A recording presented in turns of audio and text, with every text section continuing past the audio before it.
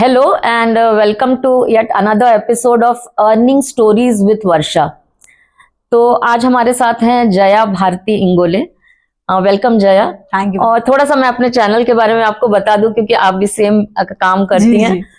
तो काफी साल पहले की बात है, जब पैंडेमिक था तो हम लोगों का जैसा हॉस्पिटल है तो कई बार पेशेंट्स की कंप्लेंट्स थी कि वो पीरियड में उनके अर्निंग्स पूरे स्टॉप हो गए थे। तो तब से मेरे दिमाग में ऐसा था कि क्यों नहीं लेडीज जो घर पे भी रहती हैं अपने ओन कैपेसिटी में अपनी जो ओन हॉबीज हैं उनको कन्वर्ट करें एक प्रोफेशन में, और जिस भी तरह का अर्निंग कर सकें वो करके उसको सेव करें। तो ये हार्ड डेज जो कभी ना कभी सबकी लाइफ में आते हैं तो वो काम आए उनके। तो इसी तरह के वीडियोस जो जैसे मैं बनाती हूँ वैसे ही ये भी बनाती हैं, पर मैं मेरा फीमेल सेंट्रिक एक वर्क है कि जो खुद से अर्न कर रही है लेडीज, पर इनका बहुत वैरिड काम है क्योंकि ये हर तरह के सेलिब्रिटीज हैं, सोशल वर्कर्स हैं, डॉक्टर्स हैं, प्रोफेशनल्स हैं, टेक्नोलॉजी से रिलेटेड लोग हैं, उनके इंटरव्यूज करती हैं और उनके सारे अच्छे गुण वो लोगों के सामने ला रही हैं।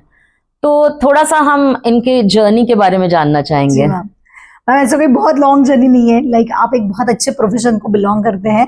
सो फर्स्ट ऑफ ऑल मेरा नाम है जया भारती, और मैं फिर से एक बार क्लियर कर दूं, बहुत से लोग कंफ्यूज होते हैं कि Jaya Bharati it is like कि उनको लगता है पूरा नाम है। सो जया है मेरा नाम है, भारती मेरा जो है वो फादर की तरफ से मिला हुआ सरनेम है, और इंगोले मेरा जो है ससुराल का सरनेम है।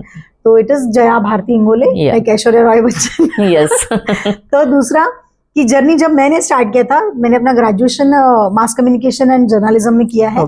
तो पहले से ही एक दिमाग में था कि हम आगे क्या करने वाले हैं, इसको ऐसा विजन क्लियर नहीं था मेरे पास, क्योंकि आजकल के बच्चे जितने फोकस्ड होते हैं ना, मैं इतना फोकस्ड तो किड नहीं थी।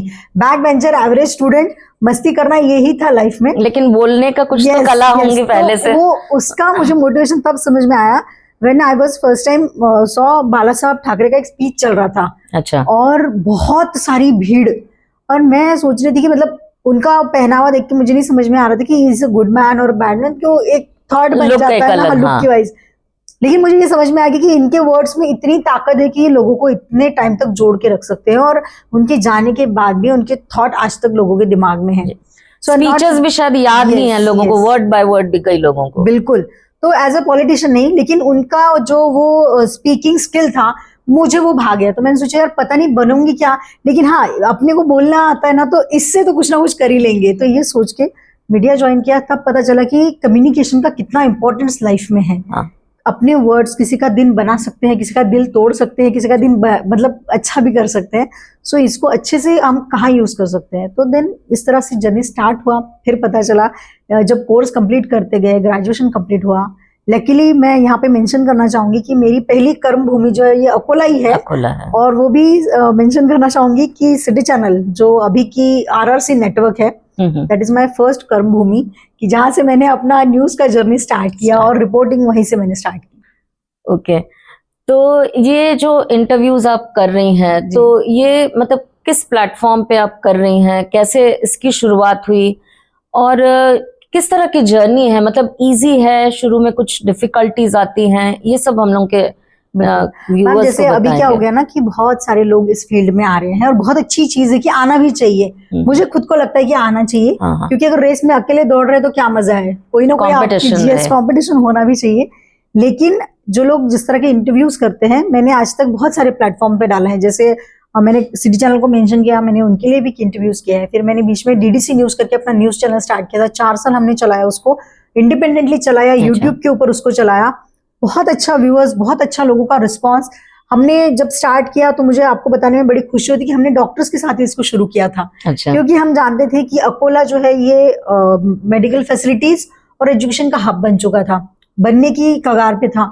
तो हमने सोचा कि क्यों ना इन्हीं चीजों को, जो अकोला का अच्छी चीज है, मैं हमेशा कहती हूँ कि this is the amazing Akola. ये मेरा एक कॉन्सेप्ट था जिसको मैंने 2018 में लॉन्च किया था। डॉक्टर रंजीत पाटिल सब तो गार्डन मिनिस्टर थे, उनके हाथों से हमने इसका लॉन्चिंग करा था, दी अमेजिंग अकोला MS30। तो उस प्लेटफॉर्म पे भी हम लोग डालते थे सोशल मीडिया पे, फिर यूट्यूब पे DDC न्यूज पे हम लोग डालते थे।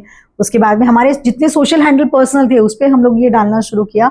लोगों का रिस्पॉन्स तब आता है जब आपका कंटेंट बहुत अच्छा होता है, और आपका गेस्ट भी उसी लेवल का होना चाहिए कि उनके थ्रू लोगों को क्या अच्छी चीजें मिल रही है।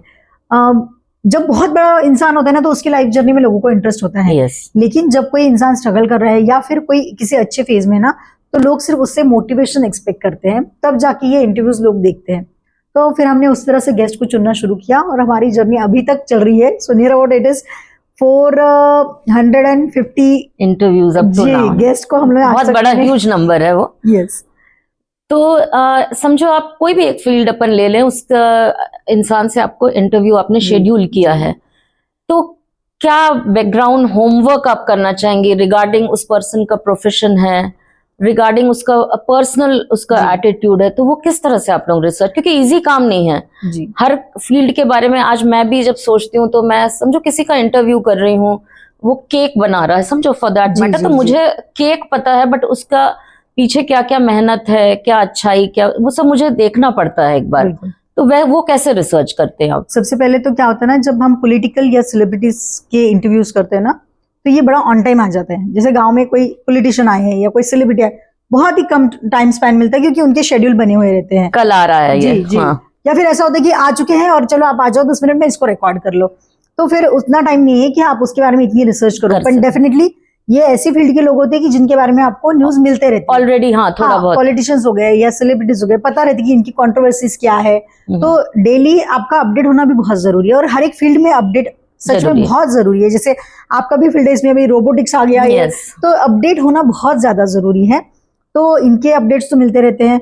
बाकी जिन इंसान के लिए हम लोग, जैसे समझो कोई एजुकेटर है या जिनके कोई स्पेशल अचीवमेंट्स है और उसके लिए हम उनको इंटरव्यू कर रहे हैं, तो हम पहले इंटरव्यू तो हम उनके पहले बैकग्राउंड, उनके बारे में न्यूज़पेपर अगर कुछ कटिंग्स आते हैं वो हम रिसर्च करते हैं। उनका आजकल सोशल मीडिया का बड़ा हेल्प हो जाता है कि यूट्यूब या फिर उनके सोशल हैंडल्स पे कुछ मिल जाएगा, कोई नई चीज जो शायद किसी ने रिवील नहीं की होगी, वो हमारे थ्रू हम रिवील कर पाए। तो हम उसको इस तरह से प्लान करते हैं, उनके साथ बात करते हैं थोड़ी देर पहले, ताकि वो भी थोड़ा सा कंफर्टेबल हो जाए बात करने में। ताकि बहुत सी बार क्या होता है ना कि मीडिया पर्सन है तो लोग थोड़ा सा डर है कि यार ये पता नहीं क्या कंट्रोवर्सी पूछ ले हमसे, तो उनको कंफर्टेबल करने के लिए हम 10 मिनट पहले उनके साथ बात करते हैं, थोड़ा सा रिलैक्स करते हैं कि सर ये चीज हो सकती है। हर बार प्लान इंटरव्यू नहीं होता है या हर बार स्क्रिप्टेड नहीं होता है। हाँ, डेफिनेटली अगर कोई पेड प्रमोशन लेके आता है, कमर्शियल एक्टिविटी के लिए आता है, तो वो चीजें हमको प्लान करके ही करना पड़ता है। वही मेरा एक अगला क्वेश्चन था कि अब जैसे आप तो बड़े बड़े लोगों का इंटरव्यू कर रही हैं, मैं कई बार जो इंटरव्यूज करती हूँ तो वो लेडीज के जब मैं कर रही हूँ तो फर्स्ट एक्सपोजर रहता है उनका, इंटरव्यू कभी किसी ने लिया नहीं, तो थोड़ा सा उनको हिचक भी रहती है उसके बारे में। तो क्या कला है कि अपन सामने जो बैठा है अपने उसको एक कंफर्ट दे सके, क्योंकि अनजान व्यक्ति के संग अपने को आधा घंटा 1 घंटा बात करनी है, तो नेचुरली उसको भी थोड़े एप्रीहेंशंस रहते हैं। तो कुछ ऐसे स्पेसिफिक पॉइंट्स जिससे कंफर्ट ये चीज ना, मतलब अनजाने में ये चीज आप हर रोज करते हो, मैं ये बोलना चाहूंगी क्योंकि आपके पास n नंबर ऑफ पेशेंट्स आते हैं। जरूर आप जानते हो कि वो कभी नर्वस है, कभी डरा हुआ है, या फिर कभी कभी उसके पास कोई फाइनेंशियल प्रेशर उसके माइंड में चल रहा है, ये आप हर रोज देखते हो। लेकिन क्या होता है ना, जब आप उससे बात करते हो ना, then they feel comfortable. Comfortable क्यों होते हैं? क्योंकि आपके बात करने का तरीका है, या फिर आप जिस भाषा में उनको समझाते हो कि आपको, मतलब जिस तरह से आप उनको दिलासा देते हो कि डोंट वरी, हम हैं, विल हैंडल, हम ये सिचुएशन से एक बार आ गए हमारे पास, हम आपको इस सिचुएशन से निकाल लेंगे। तो बस वही चीज होती है कि जब हम भी किसी को इंटरव्यू कर रहे होते हैं ना, तो हम उनसे पहली बात तो मैं ज्यादा चीजें रिवील करती नहीं हूँ, क्योंकि क्या होता है ना, वो इंटरव्यू का चार्म चला जाता है। कभी कभी क्या होता है ना, मुझे एक्सपेक्टेड होता है कि यार उसको भी वो एक सरप्राइज मिले, उसको भी कोई शॉक मिले। स्पेशली पॉलिटिशियंस को तो शॉक देने में मजा आता है, लेकिन क्या है ना कि वो भी बड़े आर्टिस्ट लोग होते हैं, हमसे ज्यादा आर्टिस्ट होते हैं कि वो सिचुएशन संभाल, और वो बहुत बार उस सिचुएशन से जा चुके हैं। जी बिल्कुल। तो उनको उनको पता है कि अगर ये पूछने वाले हैं तो डेफिनेटली, तो वो उनका माइंडसेट फिक्स होता है। लेकिन हम जब बाकी लोगों के साथ करते हैं ना, तो we want to make them happy, क्योंकि जब वो हमसे मिलके जाए ना, तो अच्छी मेमोरीज लेके जाए। तो जब हम प्रिपेयर करते हैं या फिर वो आते हैं, तो 10 मिनट उनसे के साथ बात करेंगे कि हम लोग, उनकी कोई अच्छी चीज है, हम भी उनसे पूछते हैं कि what you want to express, आपको क्या चीज और एक्सप्रेस करने में इंटरेस्ट है, ताकि जब उनका इंटरव्यू जाए तो वो लोग देखो। उस मैम क्या होता है ना, हर एक चीज का एक एरा होता है। आप या आपकी पहले की जो जनरेशन है ना, उनका एक एरा है कि जब तक कोई चीज न्यूज़पेपर में पढ़ना लेना, उसके ऊपर उनका ट्रस्ट नहीं होता। आज भी ऐसे लोग हैं, मेरे फादर खुद है, जब तक वो पढ़ना ले उनको ट्रस्ट नहीं है, क्योंकि n number of YouTube channels दिन भर में बनेंगे, बंद हो जाएंगे, ये उनकी सोच है। लेकिन आजकल इस वीडियो एरिया की वजह से क्या हो गया है ना कि आज आप जैसे मैं सच में आपको बहुत थैंकफुल इस चीज के लिए कि ये चीज हम लोग रिकॉर्ड कर रहे हैं। शायद अगर मैं भूल जाऊं कहीं कि मैंने कभी कुछ किया होगा तो शायद मेरे नेक्स्ट जनरेशन ये इंटरव्यू देख के यार ये तो हमारी मम्मी ने हमको बताई नहीं है हमारी दादी। तो ये चीज बड़ी अच्छी है कि हाँ ये चीजें जब रिकॉर्ड होती है तो किसी की भी लाइफ का एक बहुत अच्छा टाइम स्पैन और एक अच्छी मेमोरीज इसके थ्रू रिकॉर्ड हो जाती है। हाँ, लोगों के पास सेव रहती है। तो हर एक चीज का एक एरा है, तो ये भी एक अच्छा एरा चल रहा है फिलहाल वीडियो का, इसको एंजॉय करना चाहिए, लोगों में शेयर करना चाहिए। तो दिस इज गुड और ये अच्छी चीजें बननी चाहिए। और जो आप जैसे आप बोली कि जब तक पेपर में पढ़ने लिया तब तक, वही मैं पूछ रही थी कि जैसे अब आपको अब न्यूज इतनी तरह की अपन देख रहे हैं, कोई रील्स डाल रहा है, कोई यूट्यूब पे कुछ कंटेंट डाल रहा है, किसी के बारे में भी आप जब रिसर्च करती हैं तो वो ऑथेंटिक है, ये कैसे आपको लगता है? क्योंकि वेरिएड चीजें अपने को सोशल मीडिया पे मिल रही हैं। बिल्कुल, तो ये जो ऑथेंटिसिटी का आपने चीज बोला है ना, ये बहुत इंपॉर्टेंट है क्योंकि हम भी कई बार कंफ्यूज होते हैं किसी इंसान के बारे में। सडनली अभी एक चीज आ रही है और बाद में कोई अलग चीज आ रही है, बहुत ज्यादा हैमरिंग होता है। तो इसको ना हम लोग ट्राई करते हैं कि जब हमारे पास पॉइंट्स आ जाते हैं, हम खुद तो पॉइंट्स निकाल ही लेते हैं, लेकिन उनसे हम पहले रिकॉर्ड करने में कंफर्म कर लेते हैं कि ये चीज इस तरह से है। तो इसका आपका कोई एक्सप्लेनेशन है या हम लोग पूछ ले, या फिर आप इंटरव्यू में इसको एक्सप्लेन करना चाहेंगे। कई बार लोगों के बारे में रूमर्स क्रिएट होते हैं, तो हम वो भी उनसे पहले कि अगर आप चाहते हैं, कंफर्टेबल है, तो हम इस चीज को लेंगे, अदरवाइज हम इस चीज को अलग रखते हैं। लेकिन बहुत सी बार लोग इस चीज को करना चाहते हैं बिकॉज उसके दो रीजन होते हैं। एक तो वो अपने मुंह से ही आप भी थी उसको एक्सप्रेस करना चाहते हैं, उसका एक्सप्लेनेशन देना चाहते हैं। तो रूमर्स भी अगर है तो पूछ लो, तो कोई या तो सच है तो ठीक है, नहीं अगर रूमर है तो मैं बिल्कुल उसके बारे में तो उससे बेस्ट ऑप्शन है कि मुझे इसलिए इंटरव्यू करना भी अच्छा लगता है क्योंकि आप सीधा उन्हीं से उनके बारे में लोगों के सामने व्यू लेके जाते हो। क्योंकि बाकी चीजें अपन मीडिया में से पढ़ रहे हैं जो दूसरा किसी ने रिपोर्ट किया हुआ है। बिल्कुल। और मैंने जैसे देखा भी, सर समझो अपन कोई पब्लिक इस टाइप का फिगर, जैसे पुलिस पर्सनल है, ये कर रहे हैं क्राइम्स के बारे में अपन, तो कई बार काफी सेंसिटिव सब्जेक्ट्स आते हैं, तो उनको कैसे डील करते हैं आप लोग? ये मैंने बीच में थोड़ा सा टाइम जो है ना, जो सोशल एक्टिविटीज का कुछ ना कुछ टाइम मिल जाता था तो हम ज्वाइन करते थे।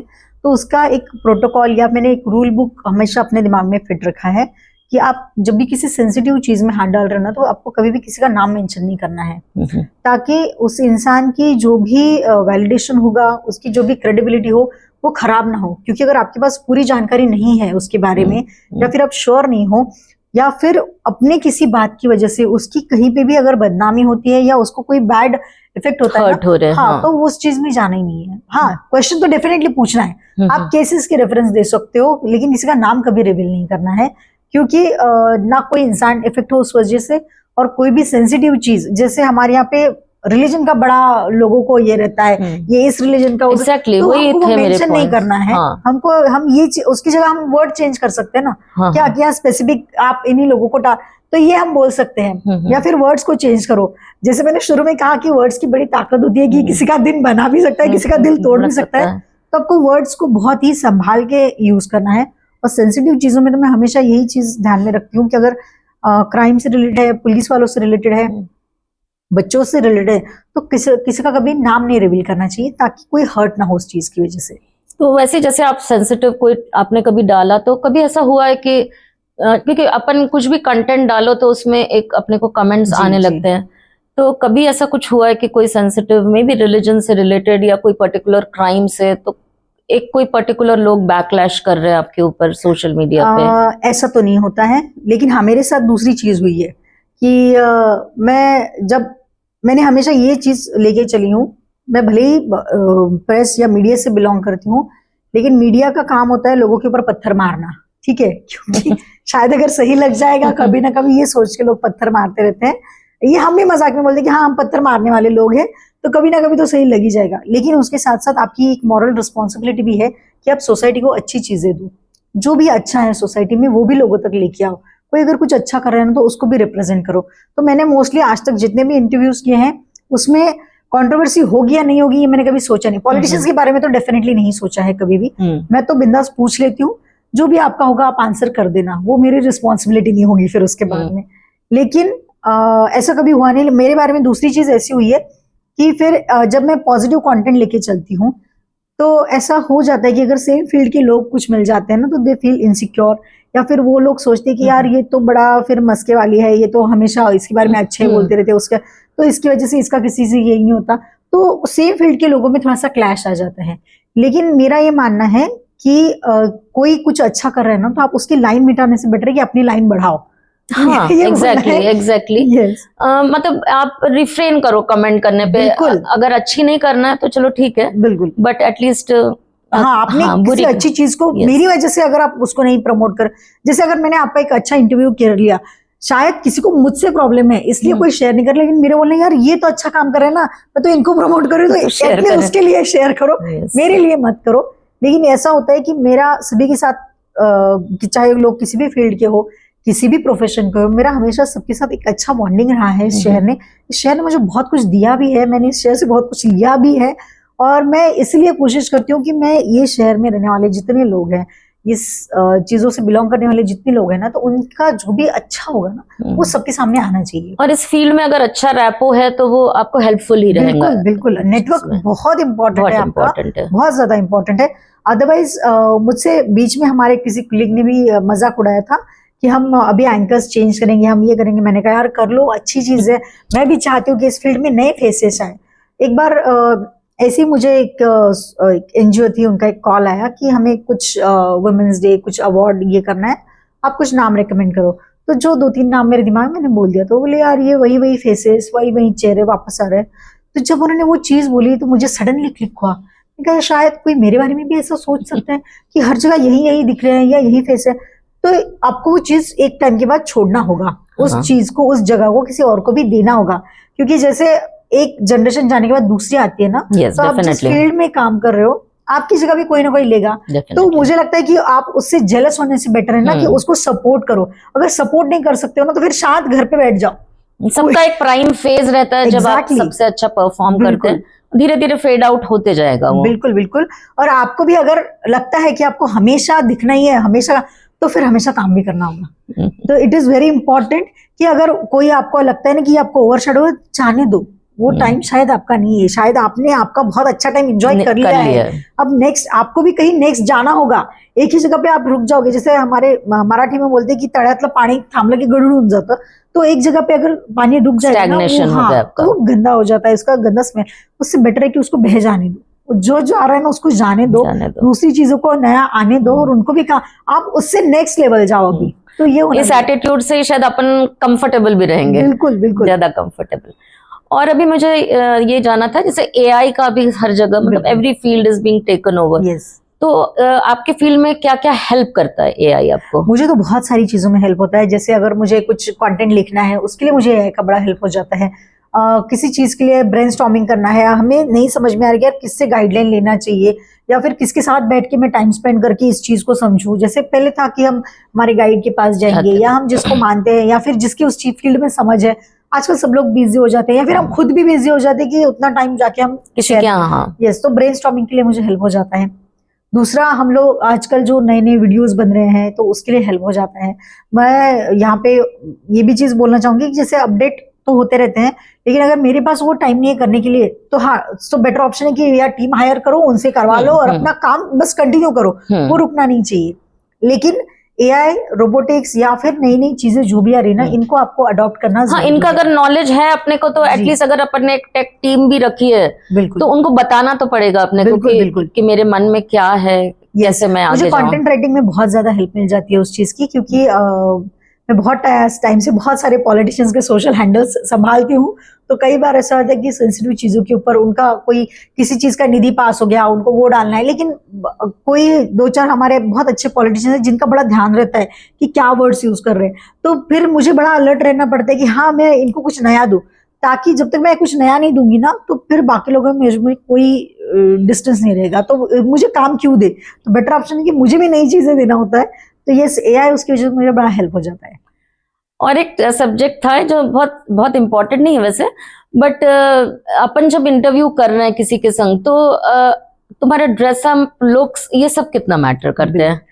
क्या होता है मैम, जब हम रिपोर्टिंग करते थे ना, तब वो ऐसा कोई डिसाइडेड नहीं होता था, क्योंकि रिपोर्ट कर निकले, फिर पता नहीं दिन भर में क्या होने वाला है, तो जैसे निकले हैं वैसे ही निकल जाते हैं। हाँ, पहले तो मेरा ये सोच था कि मुझे मेरे लिए अच्छा दिखना है, मुझे कोई लेना नहीं, कोई क्या सोच रहा, लेकिन यस ये चीज बहुत इंपॉर्टेंट होती है, क्योंकि हम जैसे खाना खाते हैं ना, तो खाते बाद में उसको देखते पहले हैं, तो वैसे ये भी है कि तुम्हारा सबसे पहले, तो हम जब किसी को मिलने जाते हैं ना, तो अपना अपीयरेंस बड़ा मैटर करता है।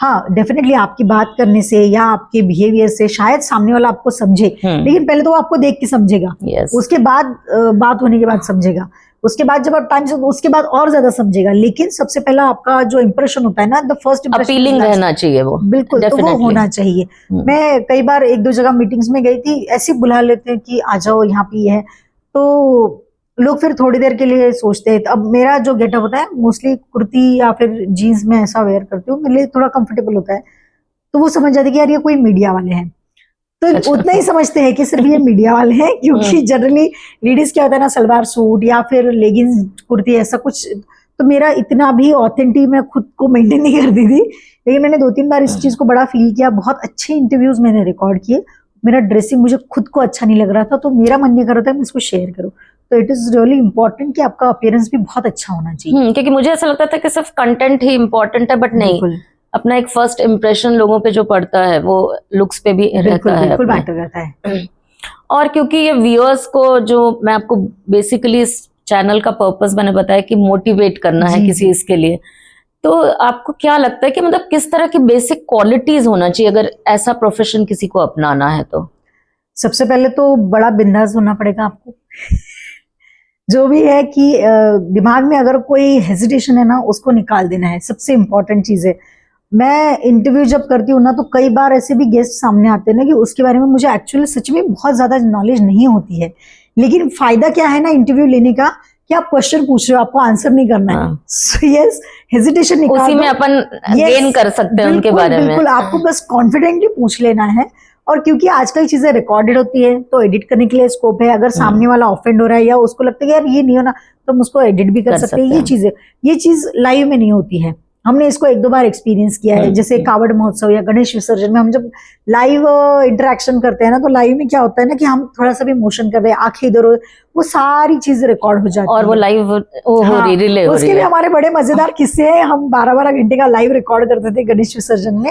और एक बार हमारा कैमरा जो था, वो गणेश जी की बड़ी मूर्ति सामने से आ रही थी जैन चौक से, और वहीं पे कैमरा अटक गया, तो अटक के गणेश जी के पैर के ऊपर आ गया, ऐसा मतलब सिर्फ पैर ही दिख रहा था, और भीड़ ज्यादा थी, नाचने वाले सब वो ढोल ताशा बजा रहे, तो कैमरा वहीं पे अटका हुआ, और हम लाइव दे रहे, तो हम तो कुछ एडिटर को भी नहीं बता पा रहे थे कि यार कैमरा अटक गया, वो कुछ खाने, उसका ब्रेक में लंच चल रहा, तो 15 मिनट हमने सिर्फ गणेश जी के पैर के ऊपर बात करी, ताकि लोगों को लगे कि ये डिसाइड करके दिखा रहे हैं कि गणेश जी के पैर का क्या इंपॉर्टेंस है।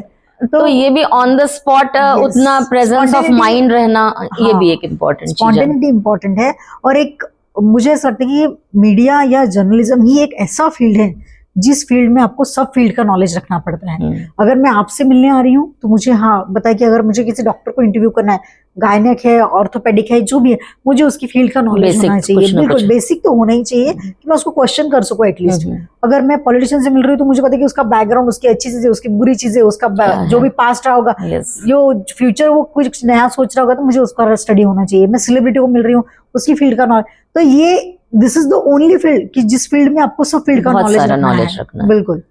और समझो अलग अलग लोगों को आप इंटरव्यू करती है, तो मतलब आपके जो क्वेश्चंस रहते हैं वो प्रोफेशन पर ज्यादा रहते हैं या उसके ह्यूमन नेचर, उनका बेसिक क्या है, वो भी जानने की कोशिश करते हैं? जब हम किसी सोशल वर्कर से बात करते हैं ना, तब हम ह्यूमन नेचर के बारे में ज्यादा जानने में इंटरेस्टेड रहते हैं। लेकिन जैसे अगर कोई एजुकेटर आता है, कोई पॉलिटिशियन आता है, कोई सेलिब्रिटीज आता है, या फिर कोई ऐसा बिजनेस पर्सन आता है, कोई टाइकून आता है, देन वी आर इंटरेस्टेड कि उनका टेक्निकल साइड क्या है, उनका वर्किंग स्टाइल क्या है, क्योंकि लोगों को उनसे उनके बारे में जो फैसिनेशन है वो उस चीज के लिए है कि वो ऐसा पॉपुलर क्यों बना डेफिनेटली। तो उस टाइम पे इम्पोर्टेंट है कि उसका वर्किंग स्टाइल क्या है, उन्होंने किस तरह से स्टार्ट किया, किस तरह से उनका अप्रोच रहा है। कई बार इंटरव्यू में हमने ये भी रियलाइज किया है कि किसी इंसान के बारे में लोगों को बड़ी सारी ये होता है कि बड़ा रूड पर्सन होगा या फिर ये होगा, लेकिन इंटरव्यू के थ्रू लोगों को पता चले how humble person he is. वही एग्जैक्टली मैं बोल रही हूँ कि एक जो बाहर इमेज बनती है किसी की, बिल्कुल, और जो उसका नेचर है उसमें कई बार काफी डिफरेंस रहता है। बिल्कुल होता है, बिल्कुल होता है। तो वो भी बाहर लाने की कोशिश करते हैं। बिल्कुल, क्योंकि this is the only platform कि जहाँ पे आप वो इंसान खुद बात करके बता रहा होता है उसके बारे में।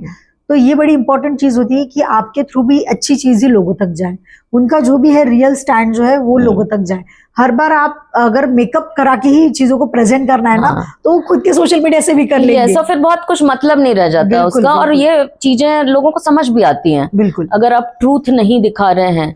मैम ऑडियंस बड़ी होशियार है, आप इनको बहुत टाइम तक बेवकूफ नहीं बना सकते। तो वही मैं बोल रही हूँ कि कैसे मतलब क्रेडिबिलिटी आपकी भी एक चीज रहेंगी ऑडियंस के सामने, तो वो कैसे आप फॉरवर्ड कैसे ले जाती है उस क्रेडिबिलिटी को? हम क्या करते हैं कि जब जैसे अगर कोई कमर्शियल एक्टिविटी हमारे पास है, किसी को अपना क्लास प्रमोट करना है, किसी को अपना हॉस्पिटल प्रमोट करना है, किसी को अपना जो भी वेंचर है जिसको जब प्रमोट करना होता है ना, तो ऑडियंस बहुत समझदार है, वो पहले ही इसमें समझ जाते हैं कि ये डिसाइडेड है, ये स्क्रिप्टेड है।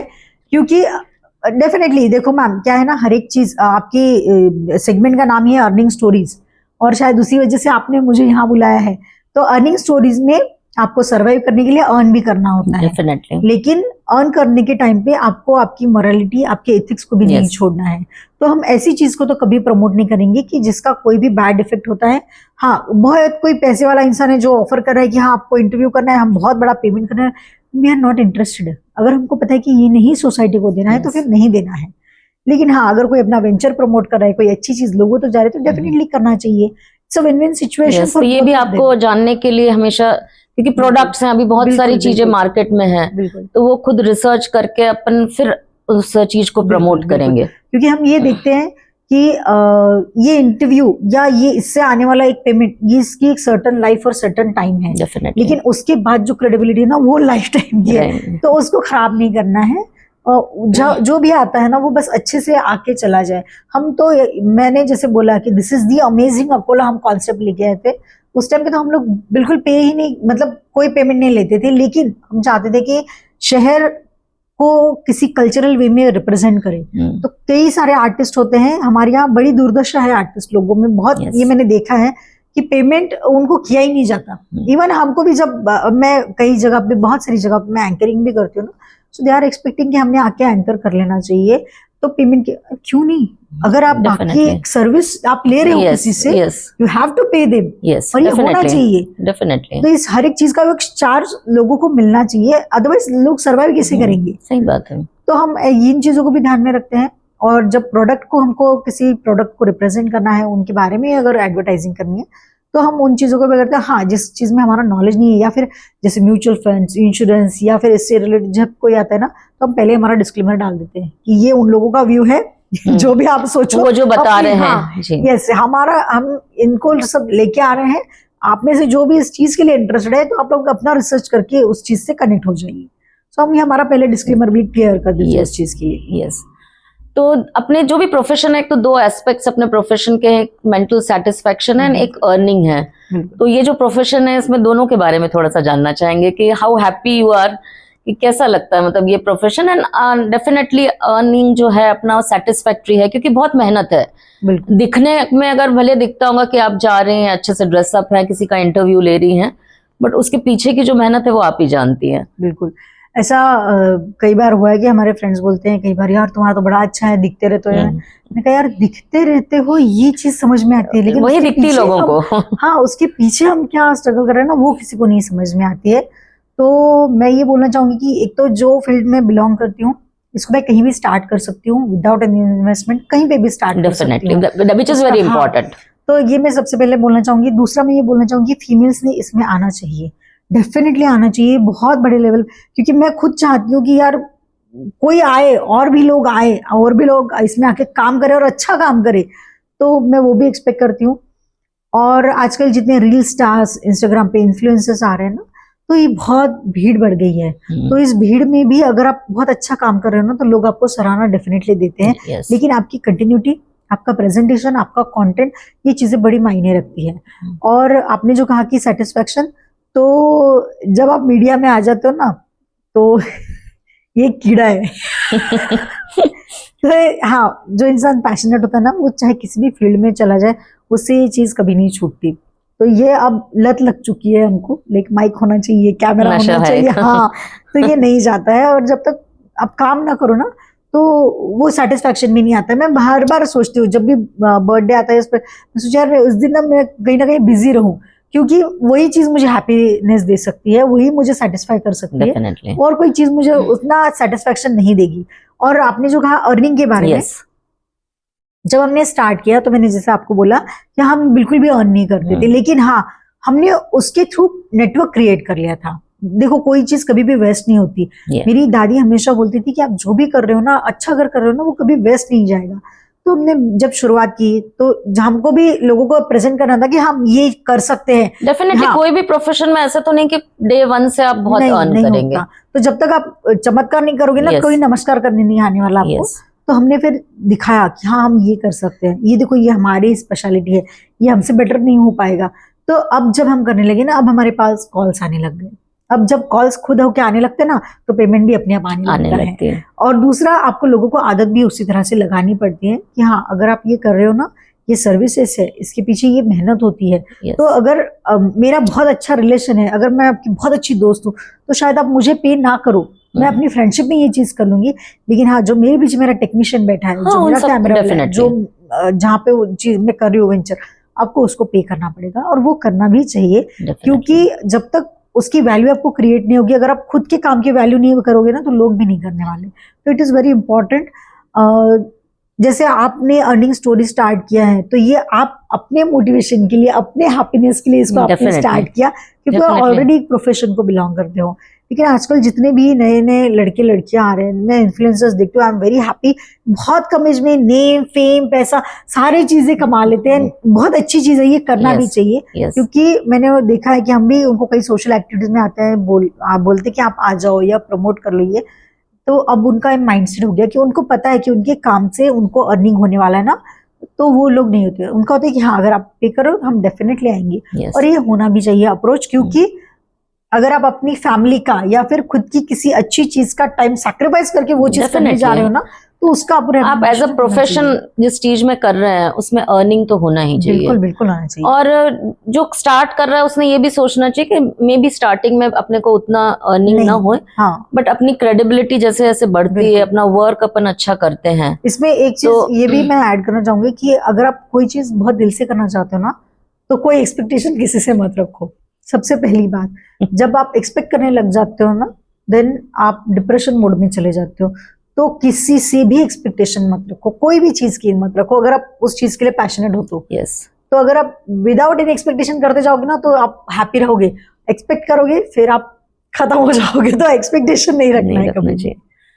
तो जो भी हमारे व्यूअर्स देख रहे हैं, जिनमें मे बी ये टैलेंट्स जो आपने बोले वो हैं, तो क्या एडवाइस देना चाहेंगे आप उनको, जिनको अभी कुछ हिचक होंगे कि नहीं मुझे करना तो चाहिए, पर कुछ उनको होल्ड बैक कर रहा है, तो कैसे स्टार्ट करना चाहिए उन्होंने, क्या रहेंगी आपकी एडवाइस?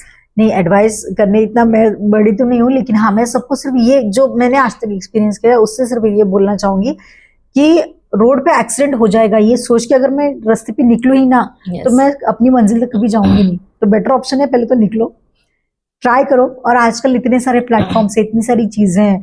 जैसे मैं अपना खुद का एक्सपीरियंस बोलना चाहूंगी कि मुझसे बेटर मेरी डॉटर एडिट करना जानती है, वॉइस रिकॉर्ड करना जानती है, उसको वॉइस भी एडिट करते आता है। तो आपके घर में कई सारे ऑप्शंस होते हैं, बच्चे होते हैं हेल्प के लिए। आजकल यूट्यूब पे कई सारे ट्यूटोरियल्स आपको आप जो भी चीज में जिस भी फील्ड में इंटरेस्ट रखते हो शुरू तो करो। यस बिल्कुल, उसको स्टार्ट तो भी एटलीस्ट करना चाहिए। मेरे घर में जितनी फीमेल्स है मैं भी देखती हूँ कि यार कितना टैलेंट है इनमें, ये लोग घर में बैठे हैं। भाई क्यों, मेरी मम्मी इतना अच्छा अचार बनाती है, तो यार बनाओ ना, बनाओ, थोड़ा सा लो लेवल पे स्टार्ट करो, धीरे-धीरे स्टार्ट करो। अगर आपको ठीक है आपको नहीं पैसा कमाना है, आप घर पे बड़े वेल ऑफ हो, नहीं करना है, लेकिन अपनी खुशी के लिए करो कि आपको इसकी वजह से 4 लोग आपसे मिलने आएंगे। शायद 4 लोगों को देने के बाद आपकी इच्छा हो कि नहीं इसको मैं थोड़े बड़े लेवल पे। बिल्कुल, तो मेरा ये बोलना है कि पहली चीज तो है कि आपको करना है। दूसरी चीज जो मैंने बोला कि एक्सपेक्टेशन मत करना कि हाँ मैंने स्टार्ट कर दिया, अरे यार ये तो हुआ ही नहीं, तो उसकी वजह से नाराज नहीं होना है, या लोगों से अप्रिशिएशन की कोई एक्सपेक्टेशन मत रखना कि मैं ये करूंगी तो अप्रिशिएट होंगी, ऐसा नहीं होगा।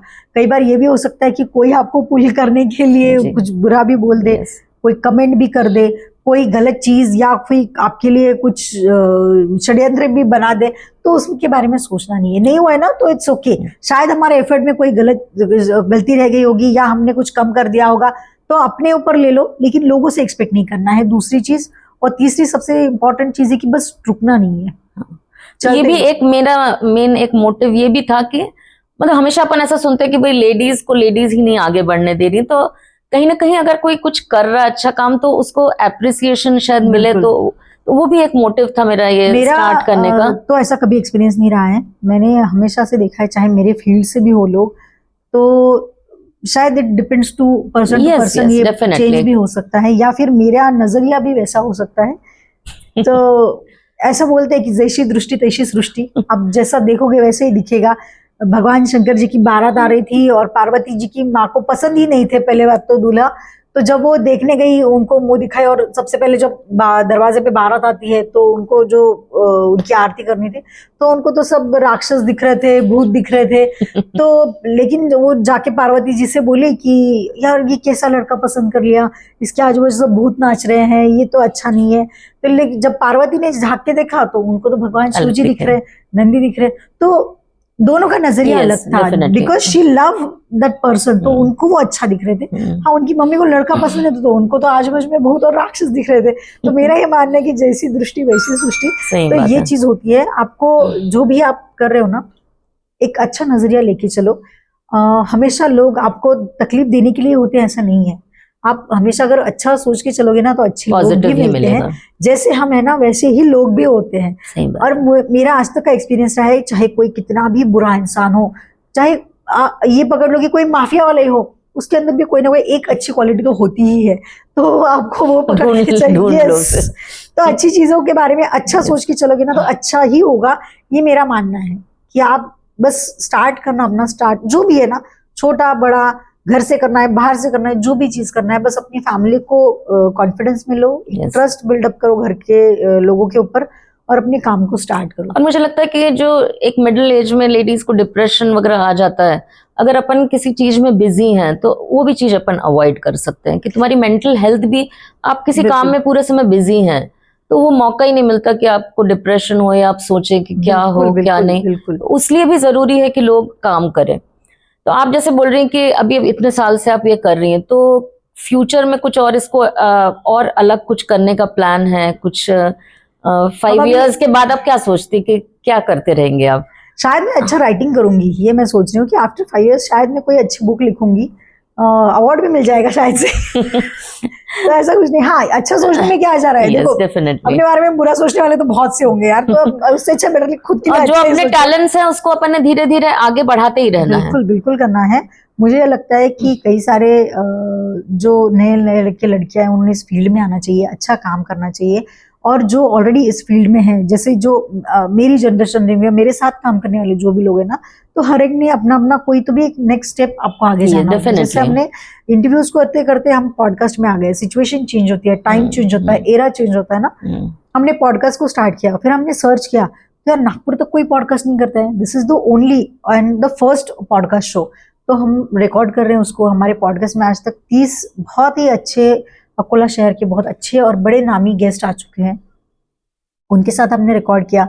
अब हर बार हम पैसा ही कमाएंगे ऐसा नहीं है, हमने कई बार अच्छे रिलेशन कमाए हैं, हमने कई बार अच्छा थॉट कमाया है, हमने कई बार अच्छा मोटिवेशन उनके थ्रू लिया है जो हम लोगों को देना चाहते थे। सडनली बात करते करते हमको ही नई चीज क्लिक हो गई है, तो ये भी हमको मिला है।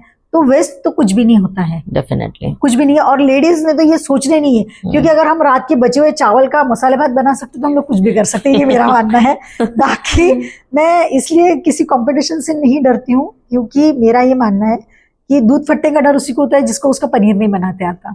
बाकी हम तो पनीर चीज बटर कुछ भी बना लेंगे। तो जितनी भी कंपटीशन आए अपन कुछ ना कुछ इनोवेटिव और नया अपन लोगों को देते रहे तो अपना क्रेडिबिलिटी बढ़ते ही रहेंगे। बिल्कुल बिल्कुल बिल्कुल।